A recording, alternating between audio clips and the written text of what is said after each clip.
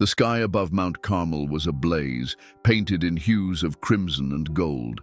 Flames licked the heavens as a divine fire descended upon the earth, a spectacle so fearsome that even the most hardened warriors trembled.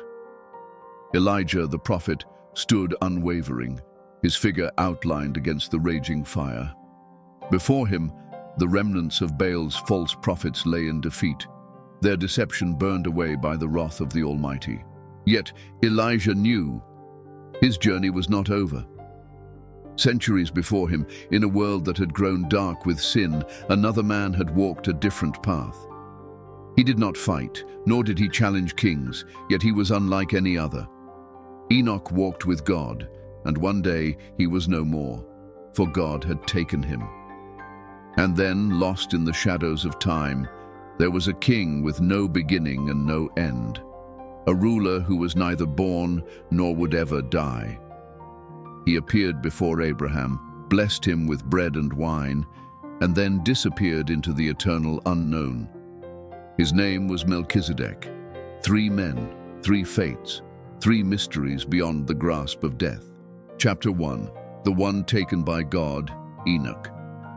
The world in which Enoch lived was unlike any known to mankind today. It was an age before the Great Flood, when the earth was young, untouched by the passage of countless empires. The sons of men had grown in number, spreading across the lands, yet so too had their wickedness. The whispers of corruption had slithered into their hearts, leading them astray from the Creator. The Nephilim, giants, warriors of renown, roamed the earth, their existence a testament to the growing darkness. Yet, amidst the turmoil and lawlessness, there was one man who stood apart. From his youth, Enoch was different. He did not seek the pleasures of the world, nor the riches that men so desperately coveted. Instead, he walked the hills alone, speaking softly to the heavens. His eyes, filled with wonder, gazed beyond the clouds. The sky above him split apart, revealing a vast expanse beyond the stars. A voice, mighty yet gentle, called his name. "Come, my faithful servant, and behold the mysteries of heaven." In that moment, Enoch was taken. His spirit lifted beyond the bounds of the earth, carried through the celestial realms. He beheld the great halls of eternity, the courts of the Almighty, and the hosts of angels standing in reverence.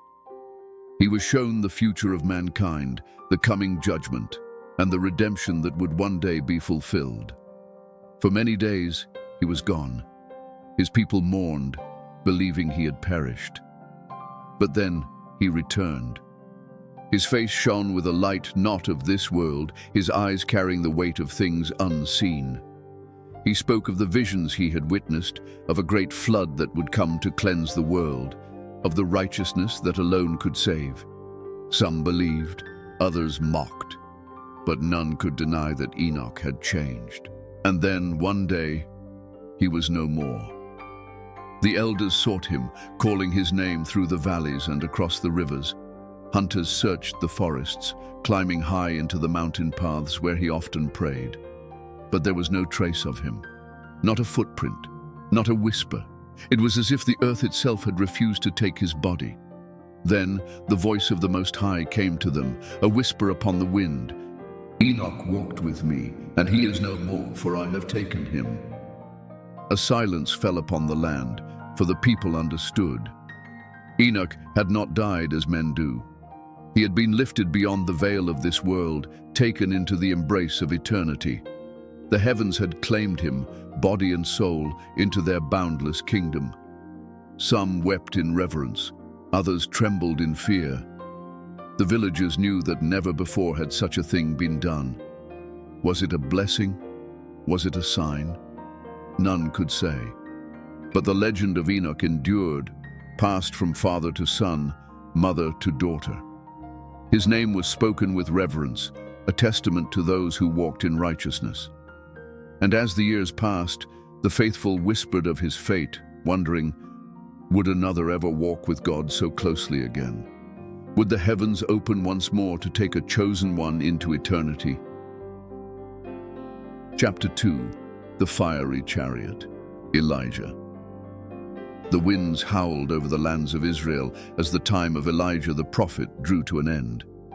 He had walked the earth like a tempest, a voice of defiance against kings who had led their people into idolatry and corruption.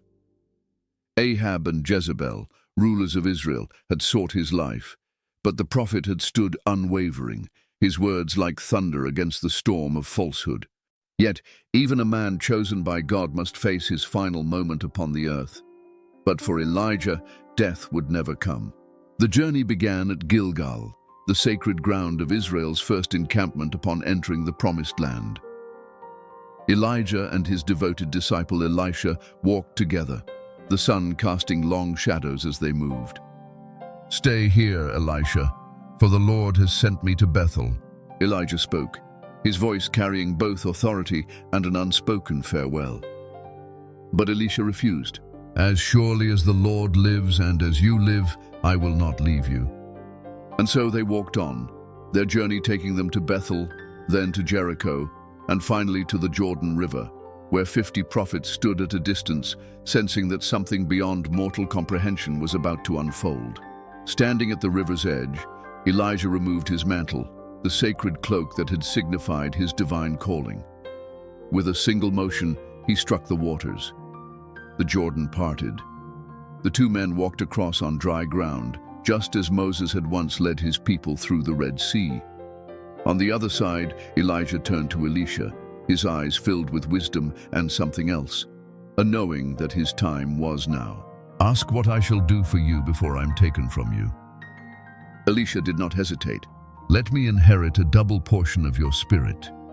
Elijah studied his disciple, then nodded solemnly. "You have asked a difficult thing. Yet, if you see me when I am taken from you, it will be yours." The winds changed. The air grew thick with unseen power. Then, it happened. From the heavens above, a chariot of fire descended, drawn by fiery horses. The ground trembled, the air burned with celestial heat. The very fabric of reality seemed to shudder as the whirlwind engulfed Elijah, lifting him from the ground. My father, the chariots of Israel and its horsemen." Elisha cried out, reaching toward the sky as his master was taken beyond the realm of men. Elijah was gone, carried into the heavens in a storm of divine fire. There was no grave, no remains, only the wind, the sky, and the echoes of something far greater than human understanding. As Elijah ascended, he was no longer bound by the weight of mortality. The flames did not consume him. Instead, they transformed him. He beheld the infinite expanse of the heavens, the radiant throne of the Almighty towering beyond the reach of time itself. The voices of the celestial host sang in exultation, welcoming him into the courts of the Eternal. "Elijah, my faithful servant, you have stood before kings and nations, proclaiming my truth. Now you shall dwell in my presence forever." Elijah saw the past, the present, and the future unfurl before him like an endless tapestry.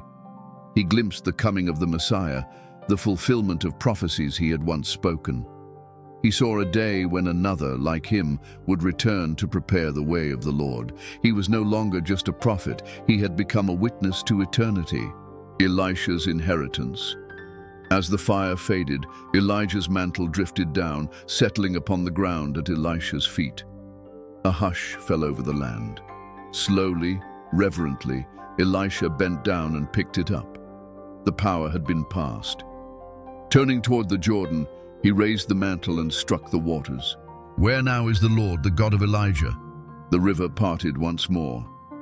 And as Elisha stepped forward, the age of a new prophet had begun. Elijah was gone, but his legacy burned on. The wind still carried whispers of his name, and in the years to come, many would wait for his return, for it was written that he would come again before the great and terrible day of the Lord. Chapter 3. The Eternal King. Melchizedek. The ancient world was steeped in war and bloodshed. Kings clashed over dominion, cities rose and crumbled, and men fought for power that would one day be swallowed by the sands of time. Yet, Amidst the chaos, there was one ruler who defied all mortal understanding, a king without beginning and without end, a priest of the Most High who never tasted death. His name was Melchizedek. The mysterious encounter. The first recorded mention of this enigmatic figure came at the time of Abraham, the great patriarch.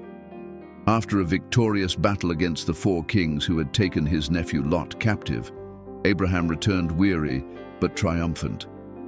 As he made his way through the valley of Shaveh, a lone figure appeared before him, a man unlike any other. He was Melchizedek, king of Salem. He wore no battle armor, yet his presence commanded respect greater than that of any warlord. His robes were woven with a mystery beyond the mortal realm. His eyes, deep and ancient, seemed to hold knowledge of things unseen. In his hands he carried bread and wine, symbols of something far greater than nourishment. And as he stood before Abraham, he lifted his hands and spoke. "Blessed be Abram by God Most High, creator of heaven and earth, and blessed be God Most High, who has delivered your enemies into your hand." At that moment, Abraham bowed. A mighty patriarch, a conqueror of kings, lowered himself before this unknown priest-king. From his spoils of war, Abraham gave 1/10 of everything he had, not out of obligation, but in reverence. And then Melchizedek vanished.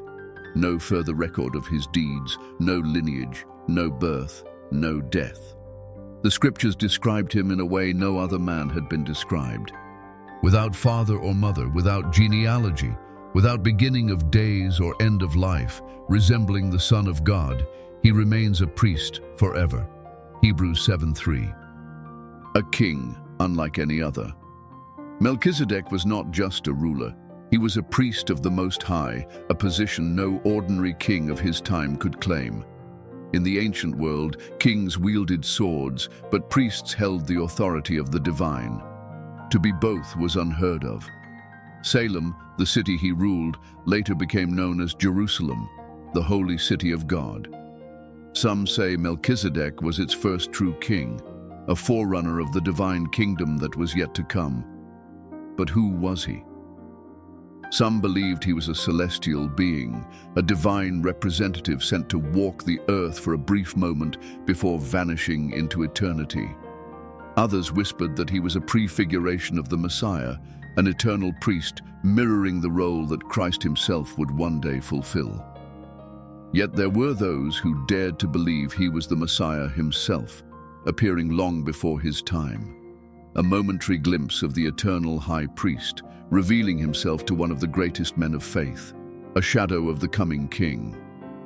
Melchizedek's actions, offering bread and wine, blessing the faithful, and serving as a mediator between God and man, were unlike any other figure in the Old Testament. His role as both king and priest foreshadowed something far greater.